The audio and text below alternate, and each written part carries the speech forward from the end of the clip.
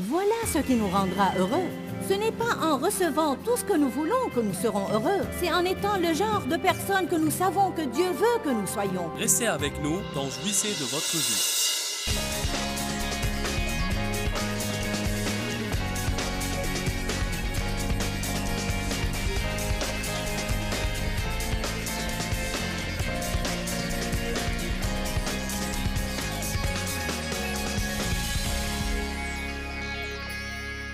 Je commence une série intitulée « J'étais toujours sur mon esprit » et c'est le titre du premier enseignement. Cette série est sur comment surmonter l'égoïsme. Nous allons commencer par deux écritures de base. Philippiens chapitre 4, verset 5 dit « Que tous les hommes puissent voir, percevoir et reconnaître votre modération. » Ainsi, Dieu dit ici que les gens devraient voir que nous ne sommes pas égoïstes. Il parle aux chrétiens. Il dit « Hey chrétiens, laissez le monde voir que vous êtes différents. Laissez tout le monde voir que vous êtes quelqu'un de prévenant, généreux, bienveillant et non égoïste. Jésus dit « Vous les reconnaîtrez à leurs fruits. » Que les hommes puissent voir, percevoir et reconnaître votre modération, votre prévenance, votre esprit patient. Qu'est-ce qu'un esprit patient? Cela signifie que vous avez une longanimité et une forte capacité à supporter beaucoup avant d'exploser. Vous avez un long fusible et non pas un fusible court. Qui d'entre vous voudrait bien voir son fusible s'allonger? C'est une chose que Dieu veut développer en nous. Il ne veut pas que nous soyons des personnes impulsives, qui sont facilement offensés et facilement irrités. Nous devrions être lents à la colère, prompts à écouter, lents à la colère. Je vais lire ça, encore une fois, dans son intégralité. Que les hommes puissent voir, cela veut dire dans chaque situation, partout où vous allez, tout le temps, au travail ou même en route, en conduisant dans le trafic, au supermarché, quand le caissier est lent. On peut passer un coup de vent sur ce genre de choses si on ne les lit pas dans leur contexte. Que les hommes puissent voir. Toute personne avec qui vous entrez en contact chaque jour devrait pouvoir voir et reconnaître votre modération, votre prévenance et votre esprit patient. Le Seigneur est proche. Il viendra bientôt. Nous pourrions expliquer cela de différentes manières, mais nous pourrions juste résumer cela en disant « Jésus reviendra bientôt. Mettez votre vie en ordre. » Qui pense que ça va de mettre ça comme ça? Alléluia. Maintenant, 2 Corinthiens chapitre 5.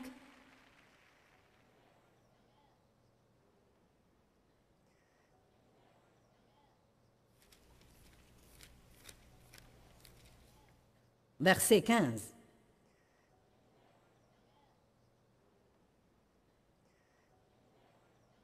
Et il est mort pour tous,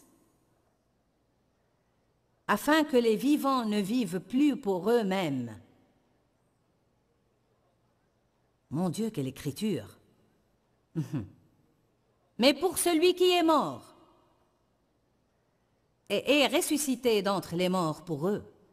En fait, c'est l'écriture qui m'a poussé à faire cette série. Quand je lisais dans ma Bible un jour, j'ai vu cela. Il dit, il est mort afin que... Une des raisons pour lesquelles Jésus est mort, oui, il est mort pour que nous allions au ciel, mais ce n'est pas la seule raison. Il est également mort afin que nous jouissions du voyage et que nous puissions prendre quelqu'un d'autre avec nous. Il est mort afin que les vivants ne vivent plus seulement pour eux-mêmes et centrés sur eux-mêmes. Ainsi, Jésus est mort pour que je puisse être libéré de mon égoïsme. Vous savez pourquoi? Parce qu'être égoïste et égocentrique est la pire prison dans laquelle vous pourriez vivre. Il n'y a rien de pire que quand vous êtes le centre de votre vie ou quand je suis le centre de ma vie. Il n'y a rien de pire que ça, quand tout ce que vous avez, c'est vous. Oui. Je vais redire cela plusieurs fois durant cette conférence. Et c'est que Dieu ne nous a pas appelés à vivre pour nous-mêmes, il nous a appelés à atteindre les autres. C'est le problème que nous avons aujourd'hui dans l'Église. Il y a même des églises qui sont souvent plus préoccupées par leur propre croissance que par atteindre les autres. Si nous nous occupions plus des besoins des personnes dans notre voisinage et communauté, l'Église se développerait. Je ne dis pas ça pour insulter qui que ce soit, mais je ne pense pas qu'il est question de programme. Les gens veulent que leurs besoins soient satisfaits. Ils veulent être touchés, ils veulent sentir que quelqu'un les aime, ils veulent sentir que quelqu'un s'intéresse à eux, ils veulent être encouragés. Jésus dit, « Je suis mort afin que vous ne viviez plus pour vous-même, centrés sur vous-même. Je suis mort afin que vous ne soyez plus une fois et pour toutes le centre de votre univers et que vous puissiez vous intéresser à quelqu'un plus que vous ne vous intéressez à vous-même. » C'est la liberté. Je crois que la vraie liberté, c'est de ne plus être centré sur soi et pouvoir vraiment mourir à soi. Et nous allons enseigner sur ce sujet. Et sur avoir un cheminement ardent, passionné, déterminé, dans l'amour. J'ai dit tout à l'heure, quand j'étais en train de vous parler, juste avant que je ne commence cet enseignement, que le plus grand miracle que Dieu fait n'est pas ce qu'il fait pour nous, mais ce qu'il fait en nous. Je crois que la plus grande chose que nous pouvons voir Dieu faire, c'est de prendre quelqu'un d'égoïste, égocentrique, désagréable, manipulateur, possessif, coléreux, amer, irritable, difficile dans les relations, et développer en lui l'amour, la joie, la paix, la patience, la bienveillance, la bonté, l'humilité et la gentillesse. Amener cette personne à un endroit où il ne parle plus de lui-même, en pensant à lui-même, en essayant de prendre soin de lui-même, mais chaque jour, il se sème lui-même comme une graine pour que la vie de quelqu'un d'autre s'améliore. L'égoïsme est le problème numéro 1 que nous avons dans notre société. Nous avons tous besoin de nous poser cette question. Pourquoi est-ce que je vis? C'est une bonne question. Pourquoi est-ce que je vis? Pour le succès, pour l'argent, pour la renommée, la notoriété, pour l'amusement, l'excitation? Ou est-ce que je vis pour Dieu? Vous ne pouvez pas vivre pour vous-même et vivre pour Dieu en même temps. Luc 9, 23. Jésus a appelé la vie égoïste la vie basse. La vie basse.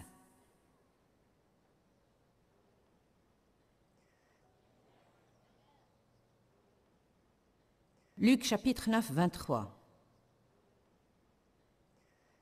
Et il, c'est-à-dire Jésus, disait à tous, « Si quelqu'un veut venir à ma suite,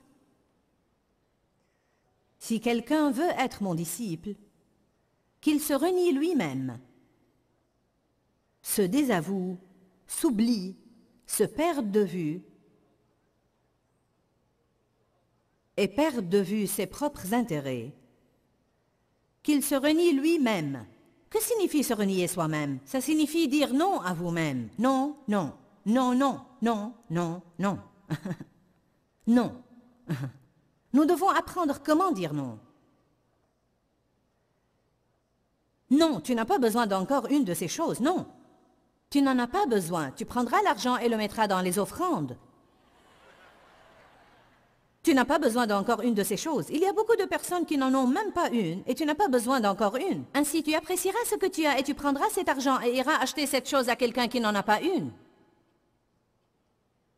Allez maintenant. Parce que quand j'ai une armoire pleine alors que d'autres n'ont absolument rien, c'est de l'injustice par rapport à Dieu. Avant la fin de ce week-end, vous allez comprendre. Et je crois que nous allons voir très rapidement ce qui est erroné dans le monde aujourd'hui, et même beaucoup de fois ce qui est erroné dans l'Église. Nous sommes l'Église, ainsi je ne parle pas d'un bâtiment quelque part ou d'une dénomination particulière, je parle de chacun d'entre nous. Chacun d'entre nous est l'Église. Combien d'entre vous savent qu'il y a quelque chose qui ne va pas? Combien d'entre vous réalisent maintenant que quelque chose ne va pas? Parce que quand nous n'avons pas l'impact que Dieu veut que nous ayons, et quand souvent nous ne pouvons pas différencier les croyants des non-croyants, alors il y a quelque chose qui ne va pas. Amen. Nous avions récemment une conférence et il y avait quelques restaurants tout au long de la rue où nous étions. Dès la première session d'ouverture, j'ai été peinée car quelqu'un est venu me dire « Tu pourrais dire quelque chose à ceux qui participent à la conférence au sujet de la façon de traiter les gens quand ils entrent dans ces restaurants, car un des propriétaires des restos est venu nous dire « Comment est-ce que les gens peuvent rentrer et sortir de votre prétendue réunion chrétienne et entrer chez nous et agir de la manière qu'ils font ?» Nous avons à nous réveiller. Ce n'est pas question de coller un autocollant sur la voiture et avoir un pin Jésus et de porter un magnétophone et 3 traductions de la Bible. Nous devons porter du fruit. Les gens ne s'intéressent pas à ce qu'on dit, ils observent ce que nous faisons. Amen. Les chrétiens devraient être ceux qui donnent les meilleurs pourboires au monde. Quand vous allez au restaurant, vous devriez laisser un bon pourboire. Et les serveuses feront « Ouais ». N'allez pas laisser une brochure et 25 centimes alors que vous avez mangé pour 50 $. Amen. Alléluia. Nous n'allons pas en rester là. Comment je me renie moi-même? En disant non. Non, tu ne vas pas agir comme ça. Non, tu ne vas pas rester en colère. Non, tu ne vas pas bouder. Non, tu ne vas pas te sentir désolé pour toi-même toute la journée. Non, non, non, non, non, non, non, non. Non, Joyce, tu ne vas pas agir comme ça. Ça s'appelle la maîtrise de soi. La maîtrise de soi ne signifie pas que quelqu'un va venir me maîtriser. Ça signifie que je dois me maîtriser. Mais je n'y peux rien, si vous pouvez. Ne me dites pas que vous n'y pouvez rien. Ah non, je n'y peux rien, si vous pouvez. Comment tu sais que je peux? Parce que Dieu nous a donné la maîtrise de soi. Ainsi, nous devons la développer, nous devons l'exercer. Plus nous la développons, plus nous l'exerçons, plus ce sera facile et bientôt ce ne sera même plus quelque chose que nous devons essayer de faire. Ce sera normal.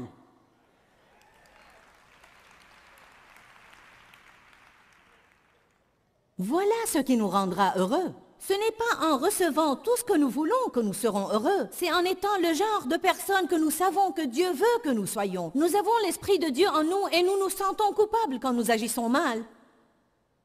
Et cette conviction est en nous comme un poids sur notre esprit. Et beaucoup de gens disent « Je ne sais pas pourquoi je me sens aussi déprimé. » Eh bien, regardez comment vous agissez. Regardez comment vous parlez aux gens. Regardez comment vous traitez les autres. Qu'est-ce que vous faites pour quelqu'un d'autre? Je suis déprimé. Pourquoi? Car tu t'assieds et tu penses à toi toute la journée. Oh oh, je suis déjà en eau profonde et il est tôt.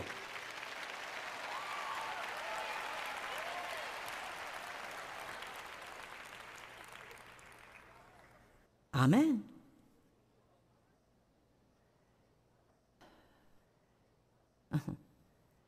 Qu'il se charge de sa croix et me suive. La croix n'est pas la maladie et le désastre. C'est vivre une vie désintéressée. C'est la chose la plus dure que vous puissiez faire. Qu'il se conforme à mon exemple pour vivre et si besoin est pour mourir. Car celui qui veut en effet sauver sa vie, la perdra et la détruira. Mais celui qui perdra sa vie à cause de moi, la préservera et la sauvera.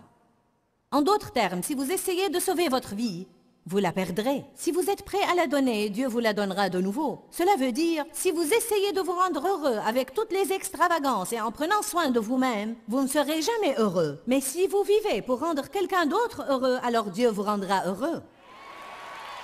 Et voilà exactement ce dont il s'agit.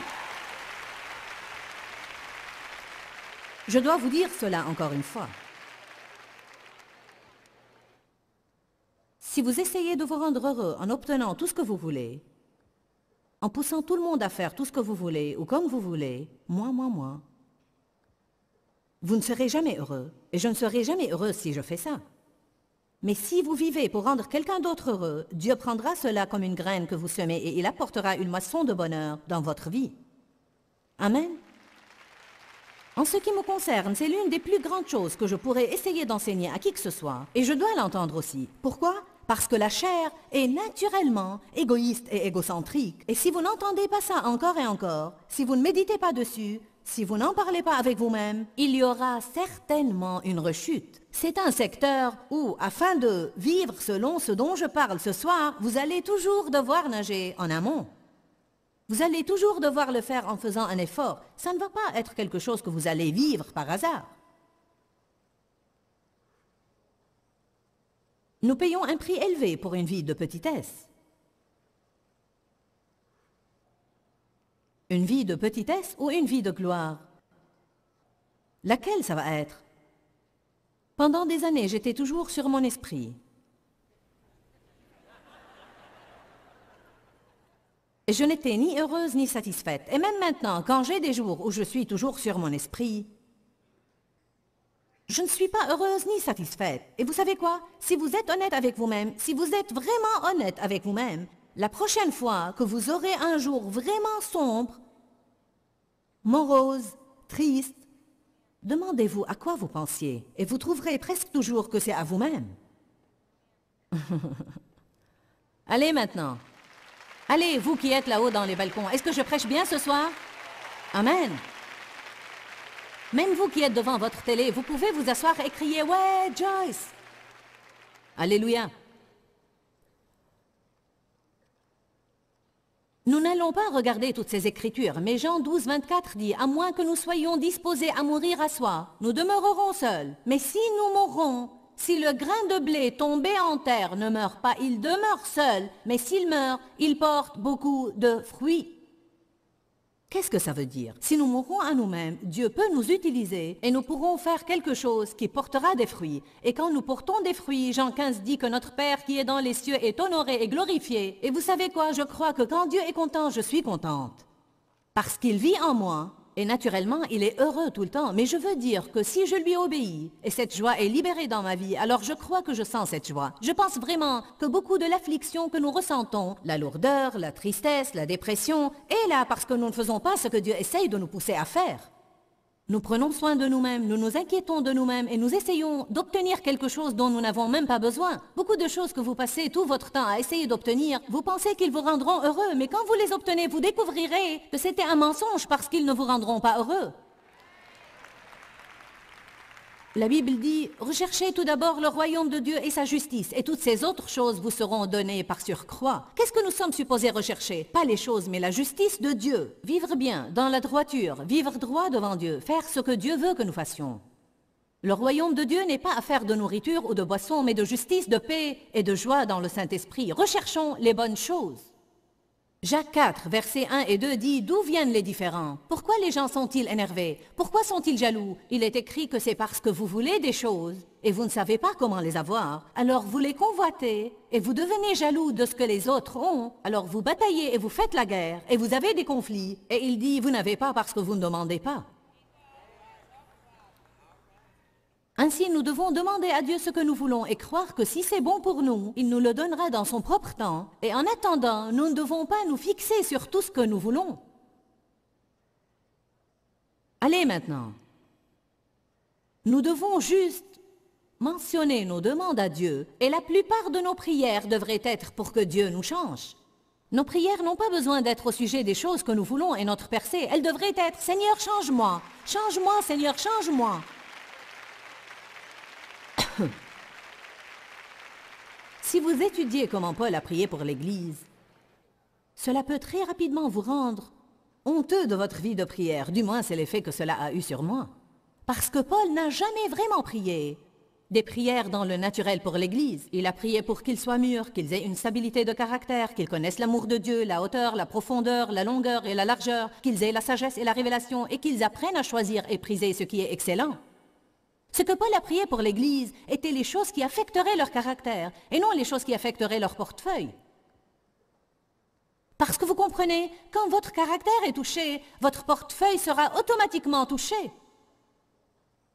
Certains n'ont pas compris cela. 3 Jean 2 dit « Je souhaite plus que tout que tu prospères et que tu sois en bonne santé, tout comme ton âme prospère. » J'aurais aimé que ce soit dit d'une façon un peu plus claire. Dans notre langage d'aujourd'hui, ça dirait quelque chose comme ceci. Mon enfant que j'aime de tout cœur, je veux que tu aies toute bénédiction terrestre que tu pourrais imaginer, mais seulement au degré que tu as la maturité spirituelle et le caractère de Jésus-Christ. Et vous savez quoi? Si les gens voyaient cela, peut-être qu'ils recevraient le message « Je dois grandir ». Je dois me conformer au programme de Dieu et grandir. Nous n'avons pas à convaincre Dieu de nous bénir. Nous n'avons pas à prier 5 heures par jour pour que Dieu nous bénisse. Il veut le faire. Mais ce qu'il veut, premièrement, n'est pas que nous ayons quelque chose, mais que nous soyons quelque chose. Il veut que nous soyons comme Christ. Il veut que nous marchions dans le fruit de l'esprit. Il veut que nous soyons désintéressés et que nous nous intéressions vraiment l'un à l'autre. Et je veux vous dire que ce qui ne va pas dans notre société aujourd'hui est l'égoïsme. Les gens sont égoïstes et ne s'intéressent qu'à eux-mêmes. Je m'en fous si je te blesse tant que j'obtiens ce que je veux. Après moi, le déluge. L'important, c'est que j'ai ce que je veux. Amen. Les personnes égoïstes sont très seules parce qu'elles n'ont qu'elles-mêmes. Se renier soi-même n'est pas une condition pour aller au ciel. Vous pouvez être égoïste toute votre vie et aller au ciel.